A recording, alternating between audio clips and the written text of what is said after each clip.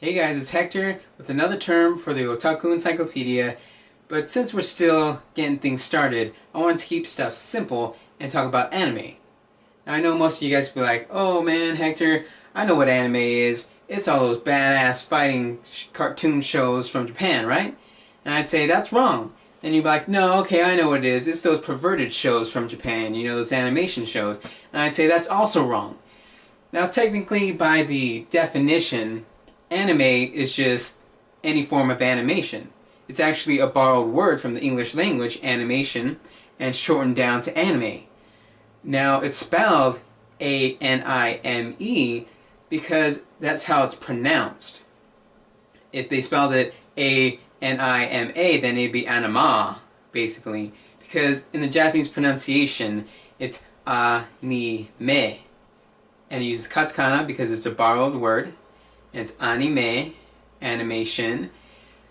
And so basically it can mean any form of animation from all over the world based on the Japanese originated word. But most people in Western countries just use it as, they use the term for animation specifically from Japan or other Southeast Asian countries.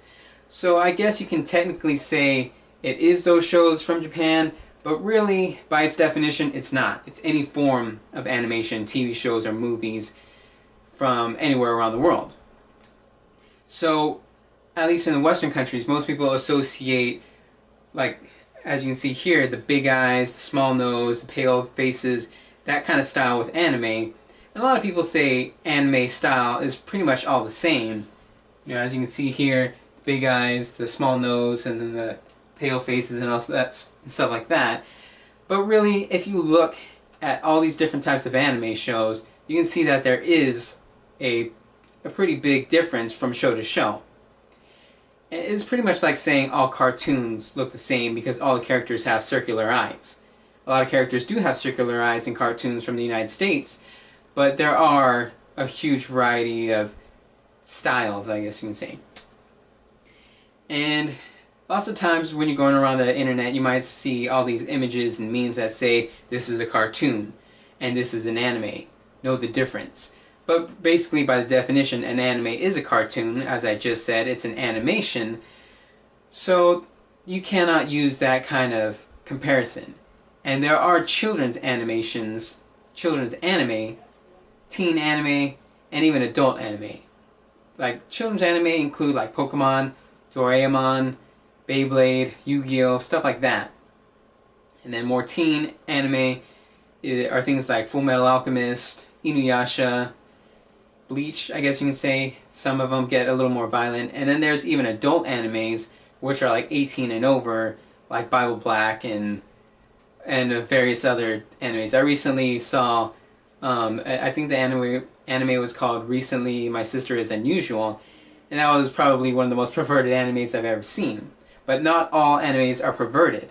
There's a huge number of genres out there, just like with any other TV show around the world. You can find anime that has romance, violence, mystery, horror, all of that. So it is really unfair to say anime is just one style, one genre, and all like that. And it is pretty much ignorant to say you don't like anime. That's just like saying, I don't like music or something. It's just a whole field. Unless you just hate watching any form of animation and you can only see live action stuff, then I guess you can say you hate anime. But I've never met a person that doesn't like any form of animation. And then there are a lot of video games made from Japan that also have that similar art style. That, usually sort of big eyes, and then the note, well, as I already explained, it's the same art style, or similar art style, but you find it in video games. And sometimes video games are visual novels, so they're pretty much just reading the story and it has still images. And sometimes there's a little more simulation. Like the Persona series, Persona 3 and Persona 4, Persona 5 is coming out soon. There's a lot of interaction with the characters and you can choose a variety of choices. And there's a narration and a simulation type type game, but the art style is sort of anime. So people might say those video games have an anime style. Same with Hatsune Miku and Corpse Party, those are all video games. But technically they're video games, not anime. But then at the same time, I guess you can say it's an animation inside the video game, so it's an anime video game. It can get really complicated with all these terms and definitions. But I guess that's the basic concept of anime.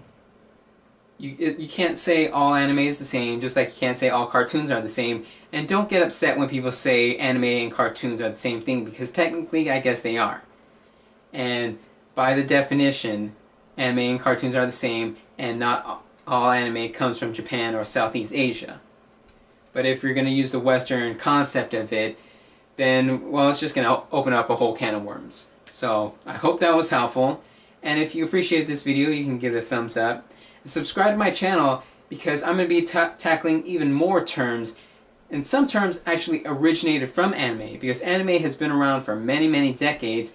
And the stories that have come up in anime have sort of created their own terms and originated from anime. And I'm going to cover a bunch of those terms in the upcoming weeks, so subscribe to my channel if you want to learn more about those.